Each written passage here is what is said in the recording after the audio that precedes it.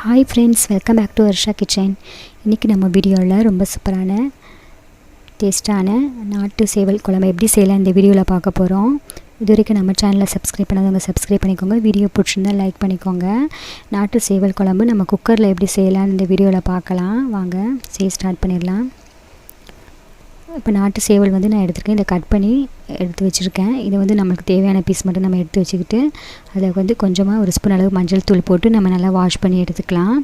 இந்த மாதிரி கறி நம்ம நார்மலாக செய்யும்போது இந்த மாதிரி மஞ்சள் பொடி போட்டு வாஷ் பண்ணி எடுத்து வச்சுக்கணும் எப்போயுமே. இப்போ எடுத்து நம்ம 2 டைம்ஸ் வாஷ் பண்ணி வச்சாச்சு. இப்போ ஒரு குக்கரில் ஒரு 4 ஸ்பூன் அளவு நல்லெண்ணெய் ஆட் பண்ணிக்கலாம்.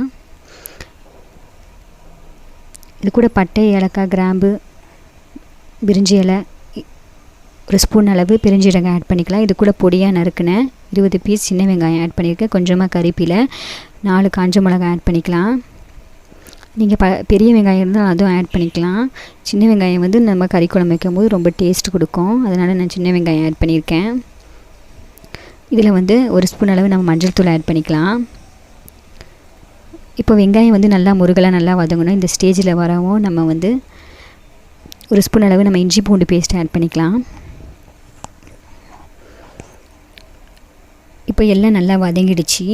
இப்போ நம்ம வாஷ் பண்ணி எடுத்து வச்சுருக்க நம்ம சேவல் கறியை நம்ம இதில் ஆட் பண்ணிக்கலாம். நம்ம தண்ணி இல்லாமல் இந்த மாதிரி எடுத்து ஆட் பண்ணிக்கலாம். ஆட் பண்ணதுக்கப்புறம் நல்லா எண்ணெயிலே நம்ம நல்லா கொஞ்சம் குக் பண்ணி எடுத்துக்கலாம். ஒரு 2 மினிட்ஸ் நம்ம குக் பண்ணி எடுத்துக்கலாம். இப்போ நல்லா குக் பண்ணியாச்சு. இது கூட நான் நார்மலாக நம்ம சிக்கன் குழம்பு செய்யும் போது நம்ம பொடி ஆட் பண்ணுவோம், சிக்கன் பொடி. அதை நான் ஆட் பண்ணியிருக்கேன் நார்மலாக. அது ஒரு பேக்கெட் அளவு நான் ஆட் பண்ணியிருக்கேன். ஒரு 4 ஸ்பூன் அளவு நான் அந்த பொடியை ஆட் பண்ணியிருக்கேன். இது கூட நம்ம தேவையான அளவு உப்பு ஆட் பண்ணிக்கலாம். நீங்கள் இல்லைன்னா கரம் மசாலா பொடி, சில்லி பவுடர், மல்லித்தூள் ஆட் பண்ணிக்கலாம். இது கூட நம்ம தேவையான அளவு தண்ணி ஊற்றி இதை நல்லா வேக வச்சு எடுத்துப்போம். நம்ம சாதா சிக்கன் மாதிரி இல்லாமல் இதை நம்ம நிறைய விசில் வச்சு நம்ம வேக வச்சு எடுத்துக்கலாம். ஒரு 3-4 விசில் நம்ம வேக வச்சு எடுத்தால் தான் இந்த கறி நல்லா வேகும். கறி வேகிற வரைக்கும் ஒரு மிக்ஸி ஜாரில் தேங்காய் சில்லு ஆட் பண்ணிக்கலாம். இது கூட ஒரு ஸ்பூன் அளவு பெருஞ்சீரகம் ஆட் பண்ணிவிட்டு இதை நல்லா நம்ம பேஸ்ட் மாதிரி அரைச்சி எடுத்துக்கலாம். இப்போ இது கூட நம்ம லைட்டாக வாட்டர் ஆட் பண்ணி நம்ம நல்லா பேஸ்ட் மாதிரி அரைச்சி எடுத்தாச்சு. இப்போ நல்லா கறி விசில் வந்துடுச்சு. இப்போ இதை ஓப்பன் பண்ணிவிட்டு நம்ம அரைச்சி வச்சுருக்க நம்ம தேங்காய் பேஸ்ட்டை நம்ம இதில் ஆட் பண்ண போகிறோம். இப்போ நம்ம ஓரளவு நம்மளுக்கு குக் ஆகிருக்கு கறி. இது கூட நம்ம அரைச்சி வச்சுருக்க தேங்காய் பேஸ்ட்டை நம்ம ஆட் பண்ணிக்கலாம்.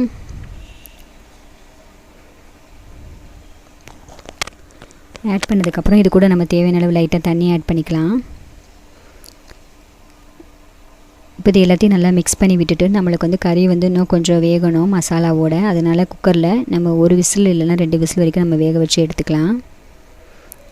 இப்போ நல்லா வெந்து ரெடி ஆயிடுச்சு. இப்போ ஓப்பன் பண்ணி சூப்பரான நம்ம நாட்டு சேவல் கிரேவி நல்லா ரெடி ஆயிடுச்சு. இது சளி, இரும்பல் இருக்கவங்க இந்த நாட்டு சேவல் சாப்பிடலாம். உடம்புக்கு ரொம்ப நல்லது. கடைசியாக நம்ம கொத்தமல்லி இலை தூவி அடுப்புலேருந்து நம்ம இறக்கிடலாம். இப்போ சூப்பரான நம்ம சாதத்தோட, நீங்கள் இட்லி தோசையோடு இதை சாப்பிட்டிங்கன்னா ரொம்ப டேஸ்ட்டாக இருக்கும். இப்போ சூப்பராக நம்ம சாதத்தோடு இப்போ நம்ம இதை ட்ரை பண்ணி பார்க்க போகிறோம். இந்த வீடியோ கண்டிப்பாக உங்களுக்கு பிடிச்சிருந்தா வர்ஷா கிச்சன் தமிழுக்கு சப்ஸ்கிரைப் பண்ணுங்கள், லைக் பண்ணுங்கள், கமெண்ட் பண்ணுங்கள், ஷேர் பண்ணுங்கள். கண்டிப்பாக இந்த ரெசிபியை நீங்கள் வீட்டில் ட்ரை பண்ணி பாருங்கள். தேங்க்யூ.